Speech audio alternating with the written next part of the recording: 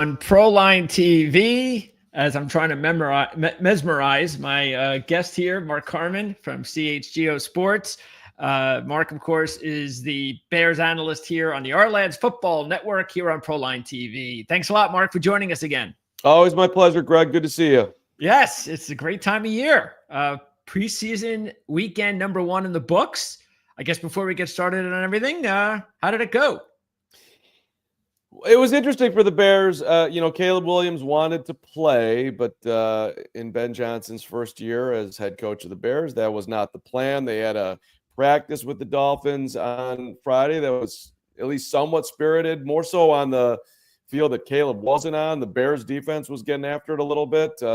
Some of the Dolphins beat reporters that were there thought it was a little too physical. I didn't quite see it that way, but I also had my eyes more on the offense. But yeah, it didn't play in the game. They're practicing today, the day after a game, which is rare as well. So going about a little bit of a different way here. And then Buffalo's coming in. They're practicing against the Bears on Friday, and then they play Sunday night. So it'll be interesting to see if Caleb plays in that game or perhaps the final preseason game when they play at Kansas City, the week after that. Okay, so a lot of obvious news coming out regarding Caleb and how things are going. Most of it seems to be on the negative side, but you tell me, how do you think he's taken to the first training camp under Ben Johnson? Yeah, I don't have that view. I think I'm the balanced guy here, Greg. I think that's what we want to hear. Yes. Yeah. So look, Caleb is being asked to do a lot of things that he just wasn't asked to do in college. Play under center, go through multiple progressions and long play calls. I mean, it was interesting to hear Case Keenum say in the postgame yesterday that Ben does not make it easy on quarterbacks. He's asking you to do a lot of things.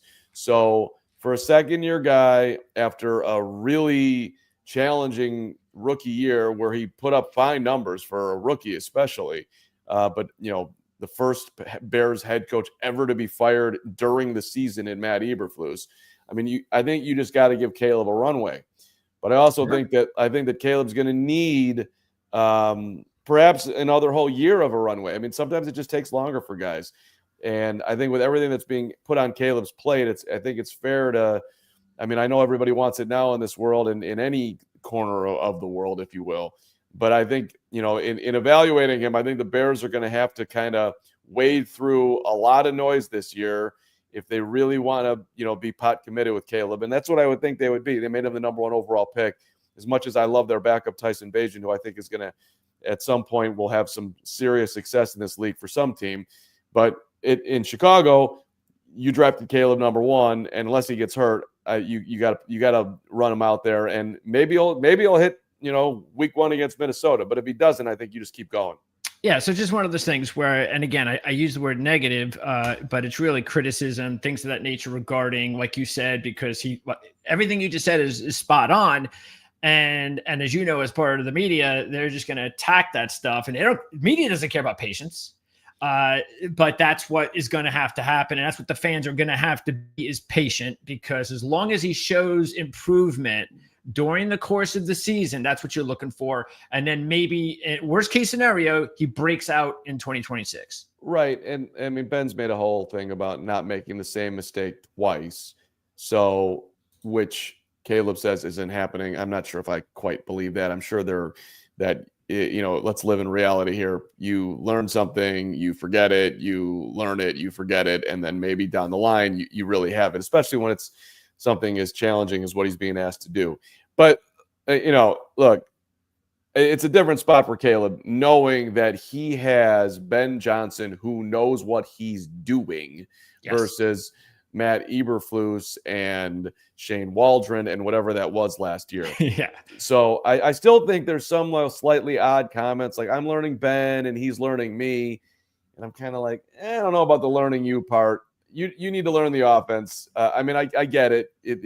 Ben's got to connect with him and all these things. And he's trying to create the offense around him. It's not just going to be some cookie cutter. This is the offense. Learn to play in it. He's got to create the offense around Caleb. But I do think there's still and he said something last week about I did it wrong.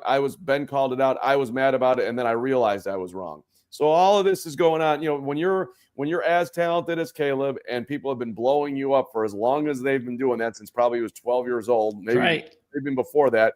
It's this is a different reality that you got to sort of settle into. Like, oh, well, at the top level here, I might not quite be the man yet. So let me lean into settling into that and trying to get to where I want to go.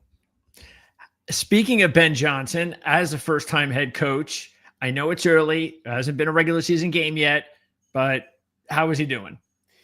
I think he's doing great. The concern about a guy who's, to your, underlining of never being a head coach, you kind of wonder, okay, you're an offensive guru, but can you actually command the room?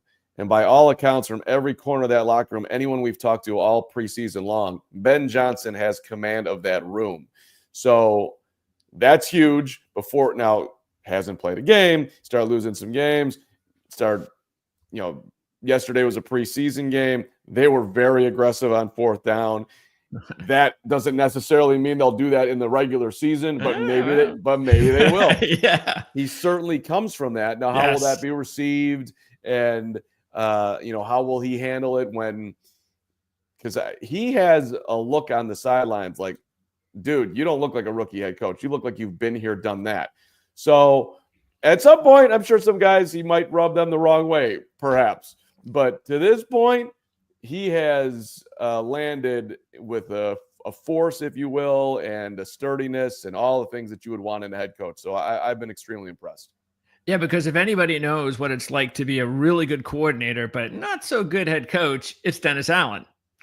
And how's he doing? How's the new defense taken to his scheme? So that part of his staff, and really the staff as a whole, I think has been a huge credit to Ben. Having a guy who's been a head coach, who's been a very successful defensive coordinator, who has his own aura when, he's in the room. And the Bears are going to play a very attacking style defense, all the Dennis Allen things, man-to-man, getting after the quarterback. They're sending 0 blitzes yesterday in preseason game late, I think Dennis Allen is a phenomenal hire and really they've done a lot of really good things. Dennis Allen, they kept the special teams coach, Richard Hightower, who was the best guy on the staff last year. That was the right call. Declan Doyle, 28-year-old offensive coordinator. The way they're talking about this guy, he has none of the 28-year-old. It's very, very well respected for a young guy. I think of just a star in the making, perhaps, in the OC. Plus, Antoine Randall gets the associated head coach, and he's a coach of wide receivers. He could be a head coach down the line, too. Staff just seems loaded to me. They've done a really good job. Okay. Let's talk about, well, first of all, are there any key injuries, either from yesterday that is concerning, the preseason game, and as well as anything that's happened during camp? Is everybody that's important to the team looking like they're going to be ready for week 1? Well, the biggest injury was Jalen Johnson with he got hurt working out, a leg injury, hasn't participated in training camp. That's arguably the Bears' best player, certainly their top corner. And the hope is that he'll be ready week 1. So that's not good. That's not good at all. And they've had a very healthy competition as who's going to step in there. But it's going to be a significant drop from where Jalen was at. Jalen finally got paid by the Bears, and now he's instantly underpaid. I think he's the 13th, I want to say, highest paid corner in the game, which is not where he's at. Jalen's a top 5 player, if you want to, you can quibble about it, but he's up there. So that's big. And then the other side is that at left tackle, the Bears, went out and traded for Joe Thuney, Hall of Famer left guard. And then they went and paid, 4 years for Drew Dahlman to be their center and traded for Jonah Jackson, right guard. And they drafted Darnell Wright, 10th overall. He's going in his third year at right tackle.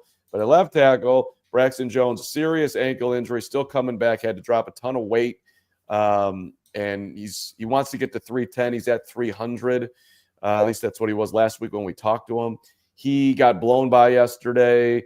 I got to watch the game, to be honest, Greg, again, because, you can't get a great feel for an offensive lineman unless you go back and watch the whole thing, which I haven't done yet.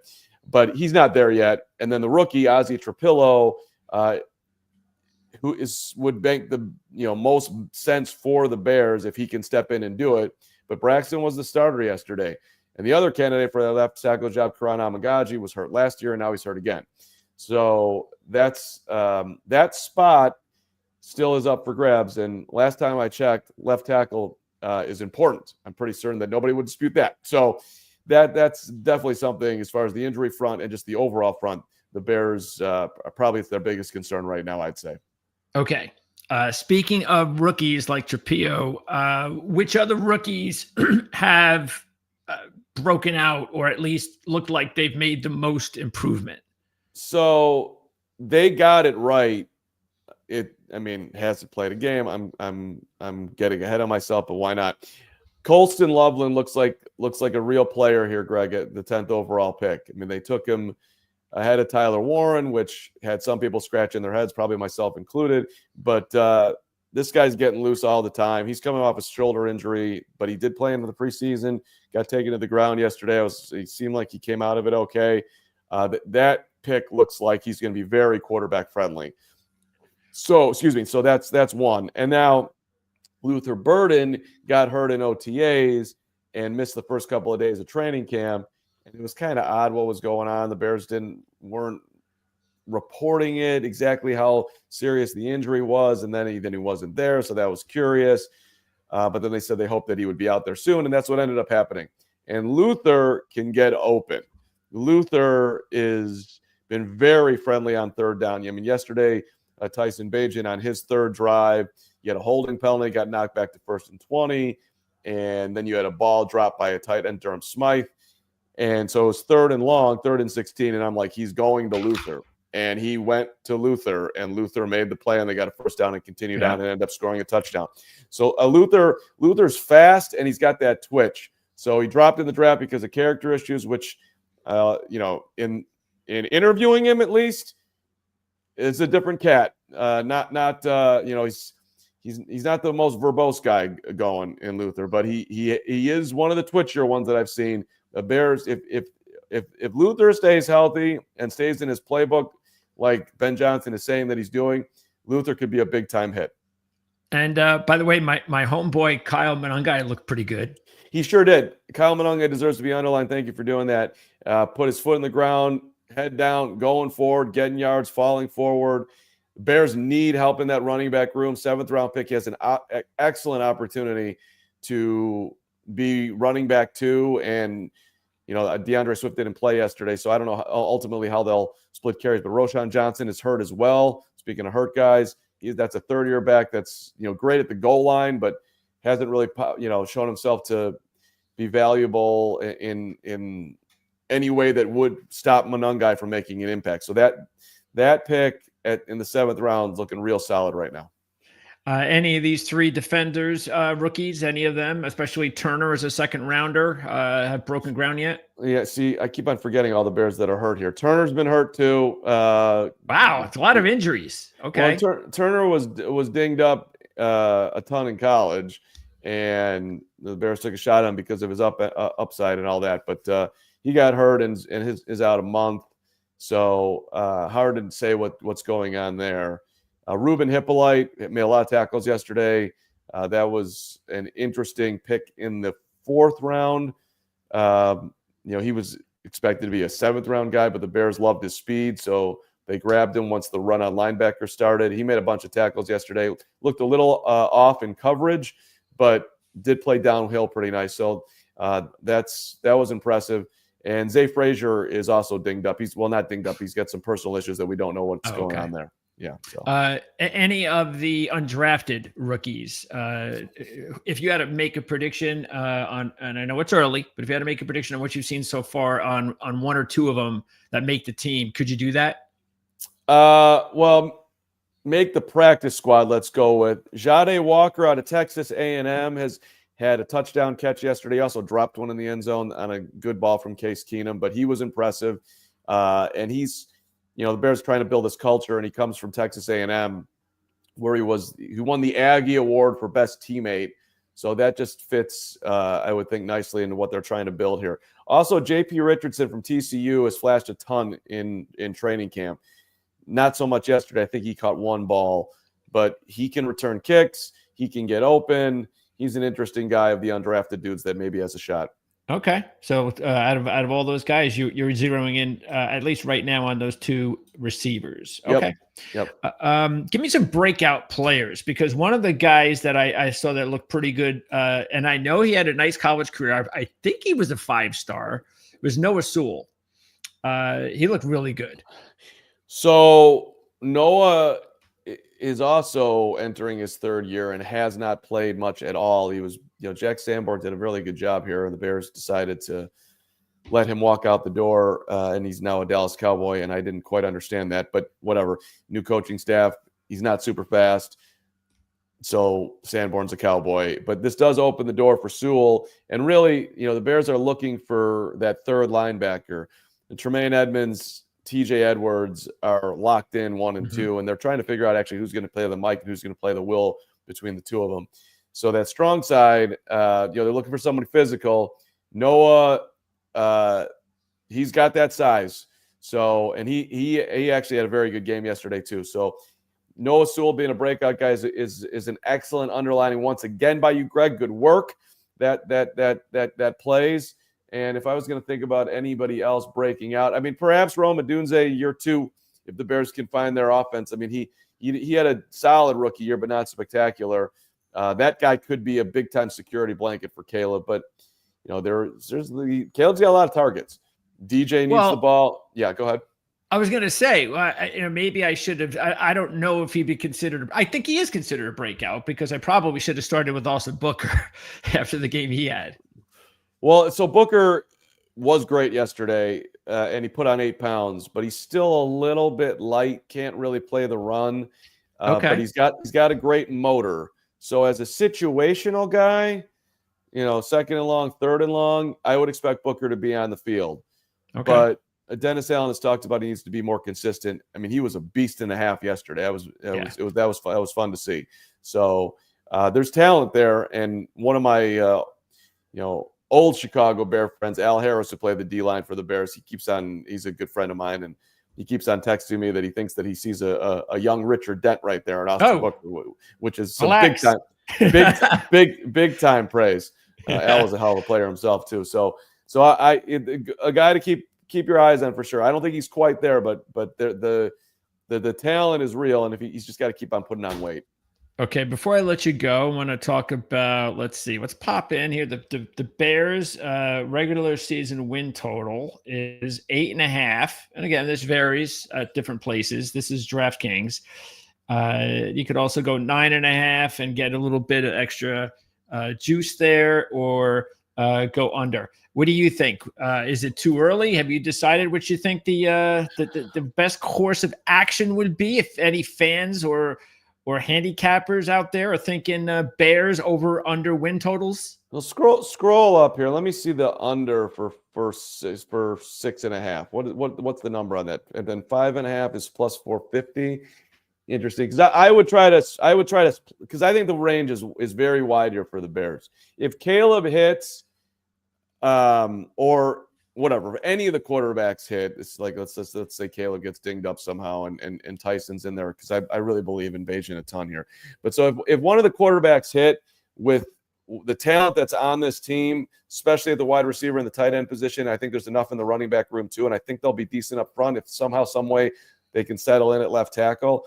This could be a 10-11 win football team. That absolutely can happen. Now, if it doesn't hit and they're scuffling along, and they were in a ton of close games last year, so it's hard to believe they're going to be back down around the 5 zone. But it could happen, because look, I mean, everyone thinks that the Detroit's going to take a step back, and I think that's logical with losing both of their coordinators, losing their center, and people think Minnesota's going to take a step back. These are 14 and 15 win football teams, by the way. But so yeah, Minnesota and JJ McCarthy takes a step back, but it's still a good team. Sure. There's no easy wins in the division. No. So and Green Bay's just solid. So I sort of would, if I was betting the over under with the Bears, I would probably take the under on 6.5, and then give me the over on what do I get at 10.5? 3-1. Yeah, so that's kind of how I would do it. Under 6.5 and over 10.5. Yeah, I like it. Yeah, I like that strategy. That's I mean, you probably end up losing both bets, and Well, you hit one of them, and you got a winner. Yeah. So that's that I try to That'll have a little work. fun with it. Yeah. I like that one. Okay, so lastly, the week 1 game. I know we're not going to go breaking it down left and right. We only got another minute with you. So, what do you think about the matchup? On opening night with the Minnesota Vikings? Yep. Well, so it's interesting. You pay attention to Minnesota. J.J. McCarthy got 1 series this weekend. Vikings fans wanted more. Caleb didn't play. Games in Chicago. Bears are a 1.5-point underdog in the game, which I think screams that you bet the Bears. Does it? Interesting. Well, so, I mean, I don't know. You're at home on Monday night, but maybe it doesn't. I don't know. Vegas knows these things. So, look, I am not going to be bold enough to pick against the Bears and this rabid fan base on opening night against Minnesota. So I'll say that the season starts off with the defense playing well enough to get at JJ and give him a rough night, and the offense does enough, and the Bears start out 1-0. And how's the series between the two teams lately? Oh, I mean, the Bears are just lose. But they, like last year, they could have got Minnesota twice. They could have had them at home, and they were close game. They were competitive last year. Okay. Yeah, they're right there. They're absolutely right there. Mark, yep, no doubt. I appreciate it. I know you got to go, so I just wanted to thank you one more time for doing this. And I'm sure if things go well, and hopefully they will, I'm sure they will, we'll have the opportunity to talk to you during the season. Greg, appreciate you as always. Thank you. Thanks, Mark. All right, that is Mark Carman. And again, we have links in the description of this video that you could check Mark out. Look at that, social media, check him out on YouTube, all over the place. And we'll be, of course, hoping to hook up with Mark again during the season. We have already interviewed Adam Patrick, who does a great job covering the Minnesota Vikings. We are going to be interviewing Jeff Risdon, who does a phenomenal job covering the Detroit Lions. And we are right now scheduling the Green Bay Packers. So we're going to have all NFC North interviews locked in here for sure before the season begins. So you want to check that out at Proline TV and, of course, over at Our Lads. And just so you know the distinction, the Our Lads YouTube channel and really the Our Lads website is really mainly a scouting site, but it is also number one when it comes to NFL depth charts. You were looking at the depth charts right there as I was talking to Mark on the screen. And if you've never heard of Our Lads before, we do have links in the description of this video for that as well. Check them out because it is the best depth charts in the industry. Whether you're just an NFL fan, you want to know what's going on with your team. And the reason they're number one is because as soon as there's a move made for any team in the NFL, transaction, move up to the practice squad, down during the season, that kind of thing, Our Lads is right on top of it. You do not have to wait more than a few minutes after the deal is announced. It will be updated at Our Lads. So it's the best depth charts in the industry, bar none. And especially if you're a fantasy football fan, that is the best source that you want to check out for sure. Also, if you're a college football fan, you could also take a look at the depth charts at ourlads.com. And as far as Proline, yes, for college football, we are going to be talking, matter of fact, at 4:00 today. Well, actually, that's going to be a recorded video. I do most of the videos, the interviews live, but we're going to be recording this one with Billy Embry of basically On 3. He is going to be covering both TCU and SMU. So I'm going to interview him on both teams, and therefore I want to split those up, throw them out there in the next few days. So you can check that out. But we have loads of college football interviews as well. We got big teams. We've got mediocre teams. So we don't just favor the best teams only when I interview these teams and try to find out what's going on for the upcoming season in college football. And of course, the football season begins a week from this Saturday. So that's going to be beginning over in Ireland if you're a college football fan. So we're on top of it here at Proline TV and also over at Our Lads for all of these interviews to get you ready for the season, whether it's handicapping, and that's what Proline TV does better than anything, or whether it's scouting players and providing the best depth charts in the industry. You can count on Our Lads for that. Thanks for tuning in here to Proline TV. If you hopefully enjoyed this, hit the subscribe button, the like, and if you have any comments, things of that nature, questions, please throw them in there. Start a conversation, get it going. And we'll see you hopefully soon once again here on the Our Lads Football Network.